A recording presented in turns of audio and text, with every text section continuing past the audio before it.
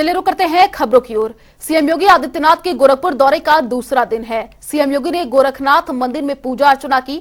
उसके बाद सीएम योगी ने गोरखनाथ मंदिर में जनता दरबार लगाया, जिसके बाद सीएम योगी ने दूर दूर से आए फरियादियों की फरियाद सुनी। सीएम योगी ने अधिकारियों को समस्याओं के त्वरित निस्तारण के निर्देश भी दिए।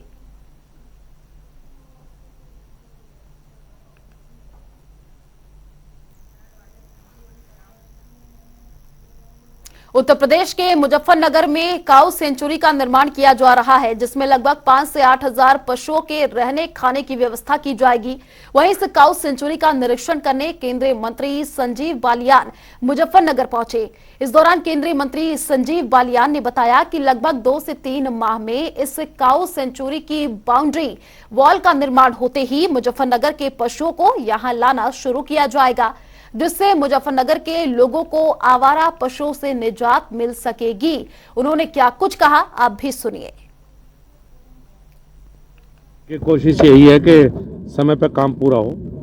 अगले 2 से 2.5 महीने में प्रयास यही रहेगा कि चूंकि फाउंडेशन ज़्यादातर उठ चुकी है, बाकी तो फैब्रिकेटेड स्ट्रक्चर आएंगे यहाँ, और अगले महीने से बरसात के बाद यहाँ प्लांटेशन भी होना है और स्टाफ क्वार्टर बहुत सी तैयारियाँ हैं। चूँकि काम भी युद्ध स्तर पर ही चल रहा है लगातार।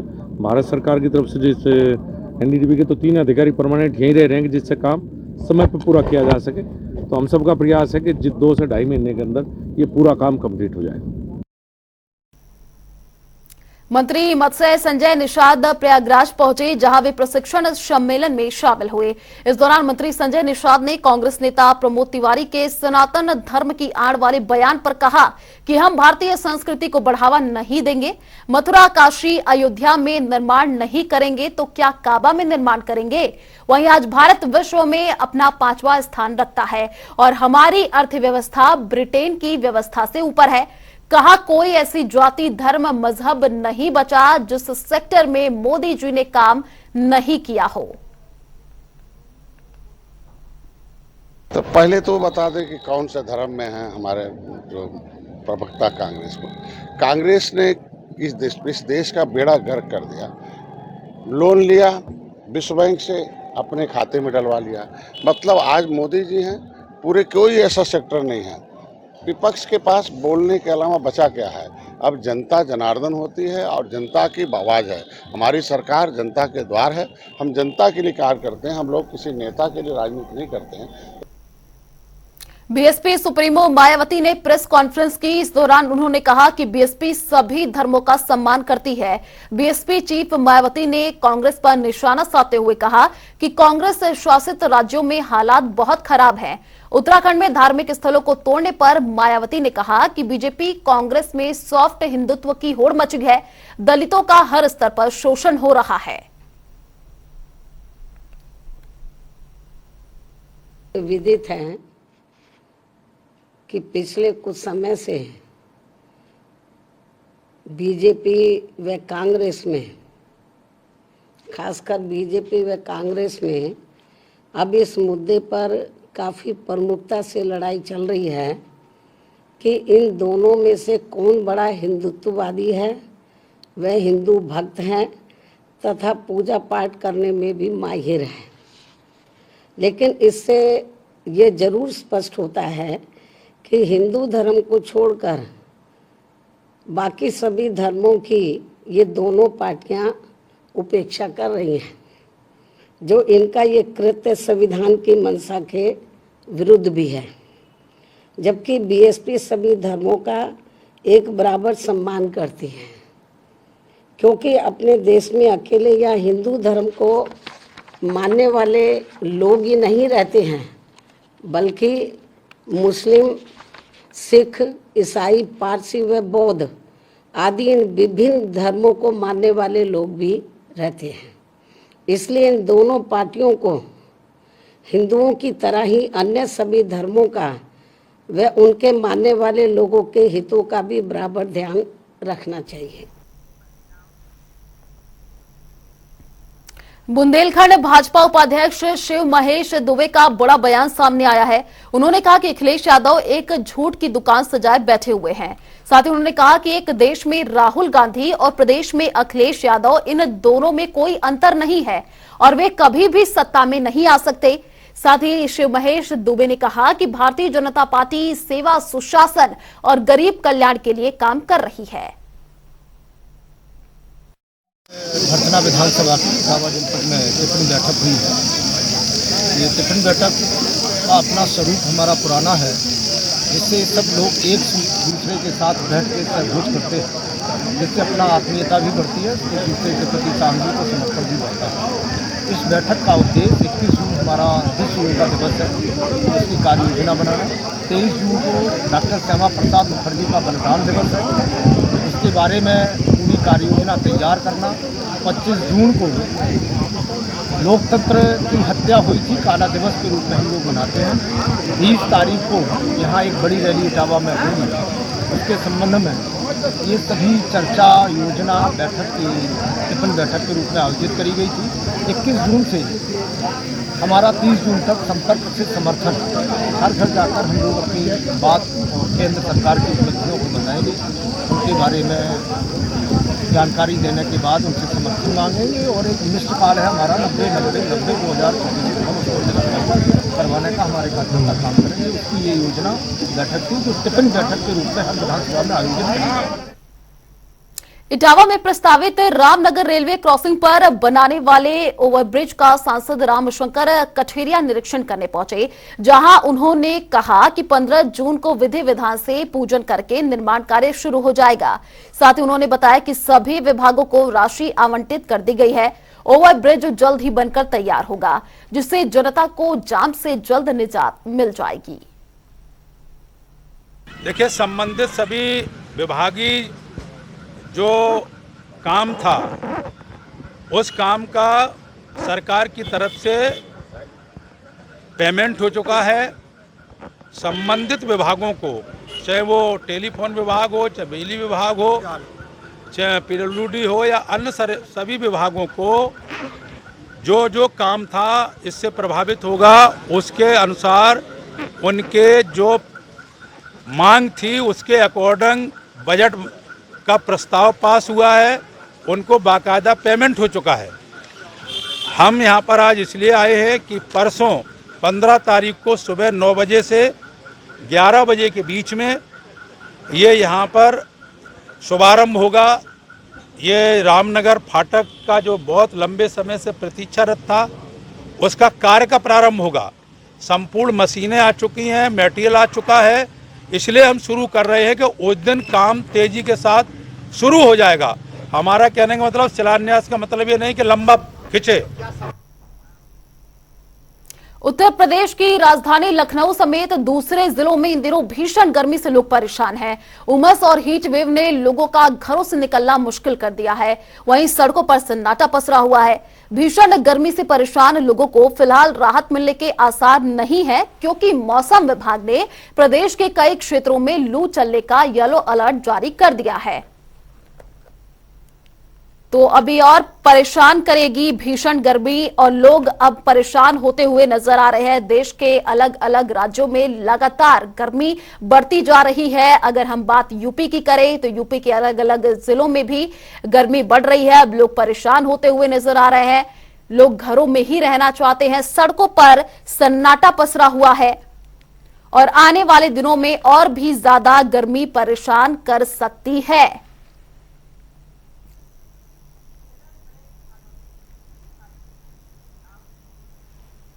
तो चलिए रुक करते हैं इस वक्त की बड़ी खबर की ओर। बड़ी जानकारी आपको दे दे, इस वक्त की बड़ी खबर सामने आ रही है। उत्तर भारत में भूकंप के झटके महसूस किए गए हैं। दिल्ली, एनसीआर, पंजाब में भूकंप के झटके महसूस किए गए।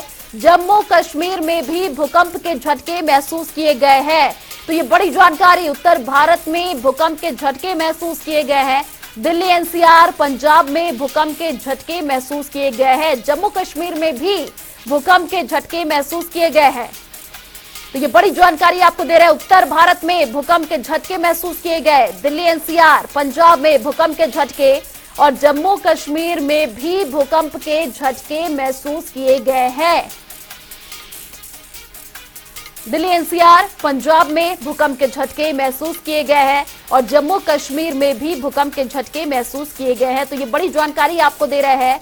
भूकंप के झटके उत्तर भारत में महसूस किए गए। दिल्ली, एनसीआर, पंजाब में भूकंप के झटके।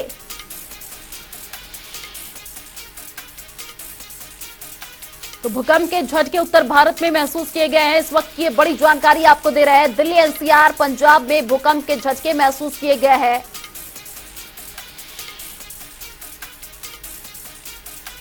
ये बड़ी जानकारी आपको दे रहे हैं। भूकंप के झटके महसूस किए गए हैं। जम्मू कश्मीर में भी भूकंप के झटके महसूस किए गए। रेक्टर स्केल पर इसकी क्या तीव्रता रही, अभी ये पता नहीं चला है। थोड़ी ही देर में हम आपको बताएंगे। दिल्ली, एनसीआर, पंजाब में भूकंप के झटके महसूस किए गए हैं। जम्मू कश्मीर में भी भूकंप के झटके महसूस किए गए हैं। ये बड़ी जानकारी आपको दे रहे हैं।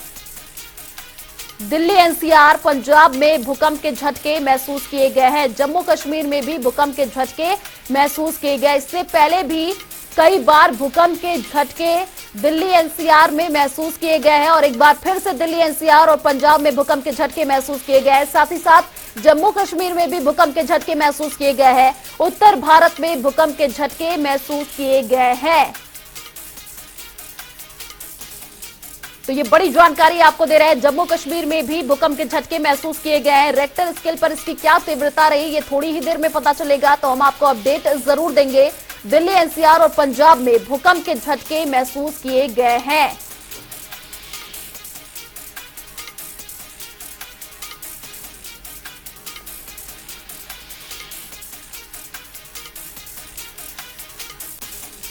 तो जम्मू कश्मीर में भी भूकंप के झटके महसूस किए गए हैं। उत्तर भारत में भूकंप के झटके महसूस किए गए हैं। दिल्ली, एनसीआर और पंजाब में भूकंप के झटके महसूस किए गए हैं। जम्मू कश्मीर में भी भूकंप के झटके महसूस हुए हैं। इस वक्त की ये बड़ी जानकारी आपको दे रहे हैं। उत्तर भारत में भूकंप के झटके महसूस किए गए हैं और ये पहली बार नहीं है, इससे पहले भी कई दौर ये देखा गया जब भूकंप के झटके महसूस किए गए हैं। जम्मू कश्मीर में भी भूकंप के झटके महसूस किए गए हैं। उत्तर भारत में भूकंप के झटके महसूस किए गए हैं। दिल्ली, एनसीआर और पंजाब में भी भूकंप के झटके महसूस किए गए हैं।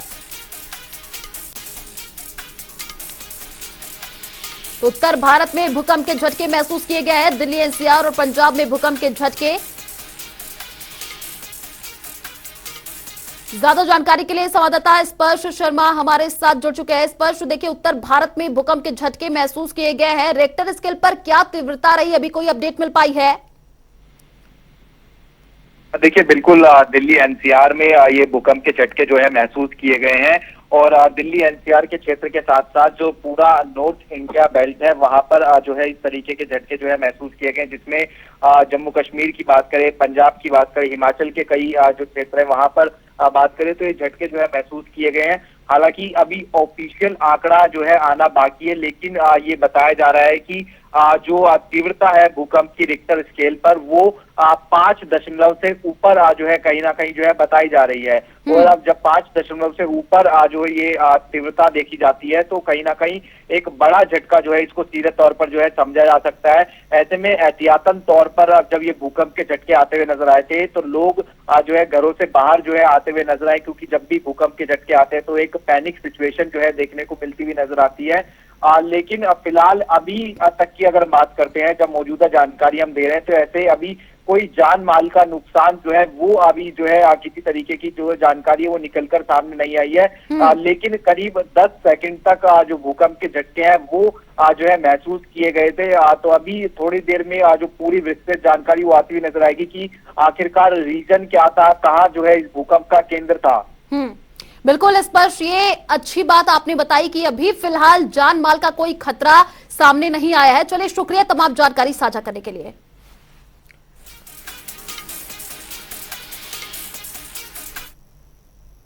तो भीषण गर्मी से अब लोग परेशान होते हुए नजर आ रहे हैं। आपको बता दें कि यूपी के कई ऐसे जिले हैं जहां पर अभी भीषण गर्मी देखने को मिल रही है। हमारे साथ रिपोर्टर्स जुड़े हुए हैं।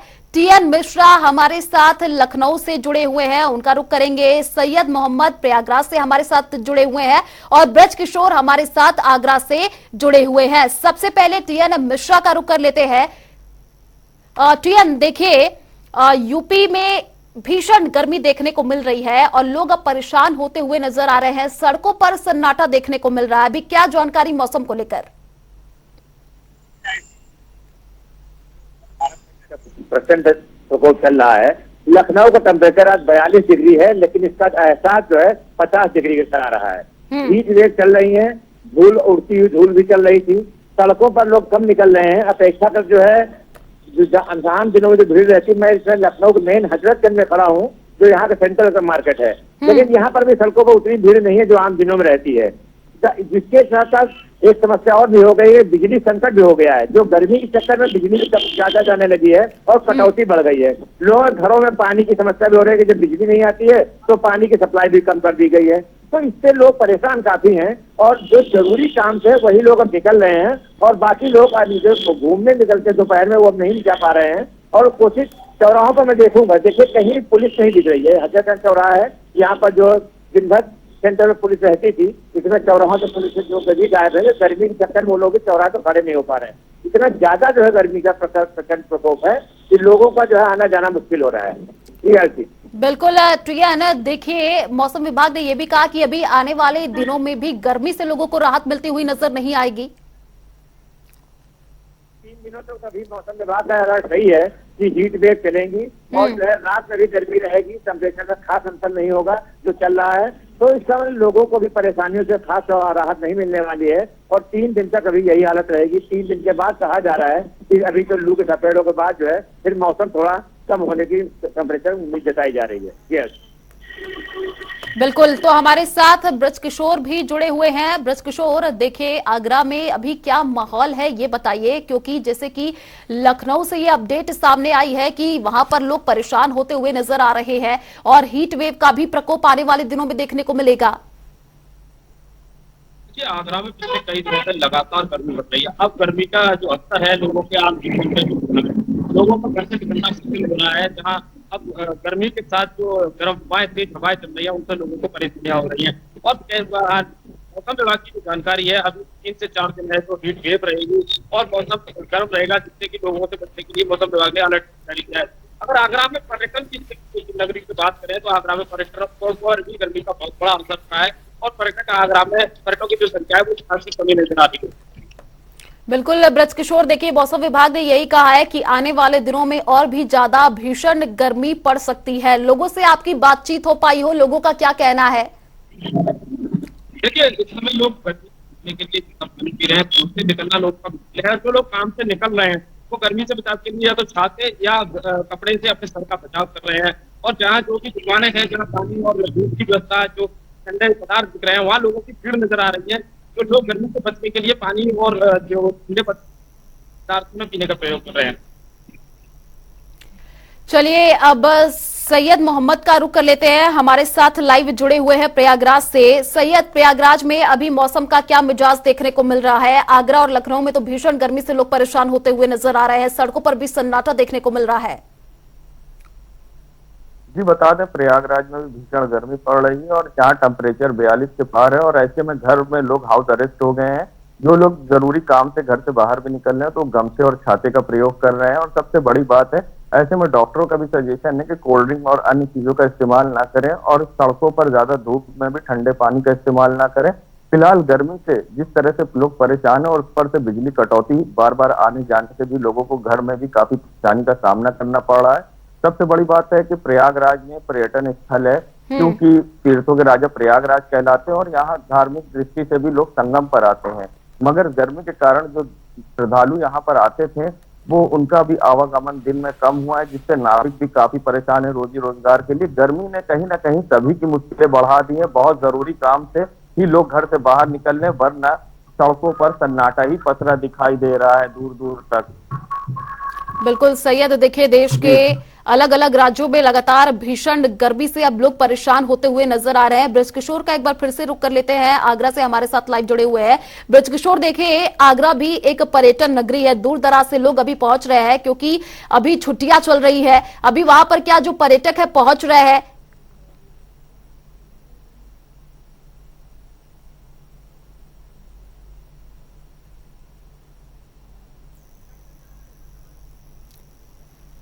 टीएन मिश्रा हमारे साथ लखनऊ से लाइव जुड़े हुए हैं। टीएन, देखिए आने वाले दिनों में हीट वेव का भी प्रकोप देखने को मिलेगा और अभी गर्मियों की छुट्टी चल रही है, अलग अलग जगह से लोग अभी छुट्टियां मनाने के लिए पहुंच रहे हैं। क्या लखनऊ में भी अभी लगातार पर्यटक पहुंच रहे हैं और गर्मी से परेशान होते हुए नजर आ रहे हैं? ये सही है, ऐसे लखनऊ में पर्यटक काफी आते हैं। तो लखनऊ भी ऐसा है जो जिसको अयोध्या जाना है लखनऊ पे जाएगा, बनारस जाना लखनऊ पे जा रहा है, या लखनऊ के लोग भी बाहर जा रहे हैं। तो लखनऊ में जो पर्यटकों की संख्या काफी कमी आई है। लखनऊ में पर्यटक उतने नहीं आ रहे हैं। तो यहाँ इमामबाड़ा और जो लोग देखने आते थे, विधानसभा आते थे और लखनऊ में जो पर्यटन स्थल देखने आते थे, तो वो बहुत कम दिखाई दे रहा है। अब तो शाम के समय ही जब सूर्यास्त हो जाता है उसके बाद पार्कों में रौनक लौटती है। और जो यहाँ लखनऊ प्रमुख पार्क है 1090 चौराहा है, तो दिन में वहाँ पूरा सन्नाटा है। और देखा जाए तो शाम को 6 बजे के बाद ही लोग निकलते हैं और उसके बाद ही थोड़ा सा सुकून मिलता है लोगों को।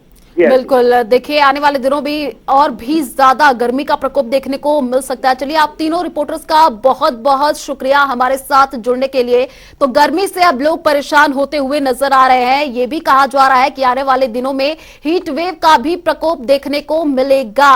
तो देश के अलग अलग राज्यों में लगातार गर्मी का सितम बढ़ता जा रहा है और लोग अब परेशान हो रहे हैं। मौसम विभाग ने ये कहा है कि अभी भी आने वाले दिनों में निजात नहीं मिलेगी और भी ज्यादा गर्मी बढ़ सकती है।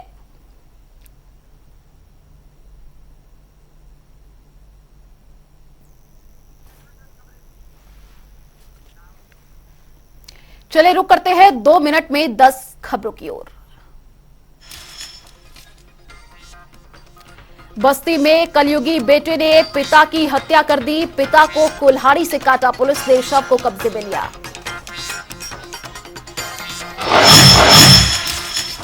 लखनऊ में 2 दबंगों ने महिलाओं को जमकर पीटा, ईंटों और लोहों के रॉड से जमकर की पिटाई, थाने में नहीं हुई पीड़ित की सुनवाई।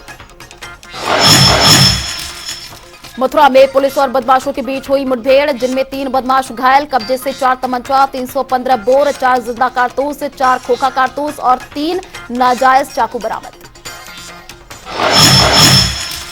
बस्ती में पिकअप ने कंटेनर में पीछे से मारी जोरदार टक्कर, ड्राइवर की जान बची, 1 घायल, मौके पर पहुंची पुलिस। कन्नौज में पुलिस अधीक्षक ने हिस्ट्री शीटर पर शुरू की कार्रवाई, हिस्ट्री शीटर और अपराधियों पर रासुका लगाई गई। बस्ती में अस्पताल में वीआईपी ट्रीटमेंट के लिए बवाल, बीजेपी नेता के मरीज को वीआईपी ट्रीटमेंट न मिलने पर किया तमाशा, नेता ने ड्यूटी पर तैनात महिला नर्स के कपड़े फाड़ डाले। बस्ती में हिस्ट्री शीटर ने मार देने की नियत से महिला पर किया हमला, महिला घायल, वीडियो वायरल, मुकदमा दर्ज। बस्ती में सड़क पर बंद हुई बस को यात्रियों ने लगाया धक्का, वीडियो वायरल, परिवहन विभाग के लोग जमकर खिल्ली उड़ा रहे हैं। आगरा में किशोरी के घर घुसकर युवक ने की छेड़छाड़ की कोशिश, रात की घटना, किशोरियों के चिल्लाने पर आरोपी हुए फरार, पुलिस ने मुकदमा किया दर्ज। अमेठी में एक घर से बारहसिंघा घुसने से गांव में मचा हड़कंप, गांव के बजरंगी ने कुत्तों से बारहसिंघा की बचाई जान, पुलिस को दी गई सूचना।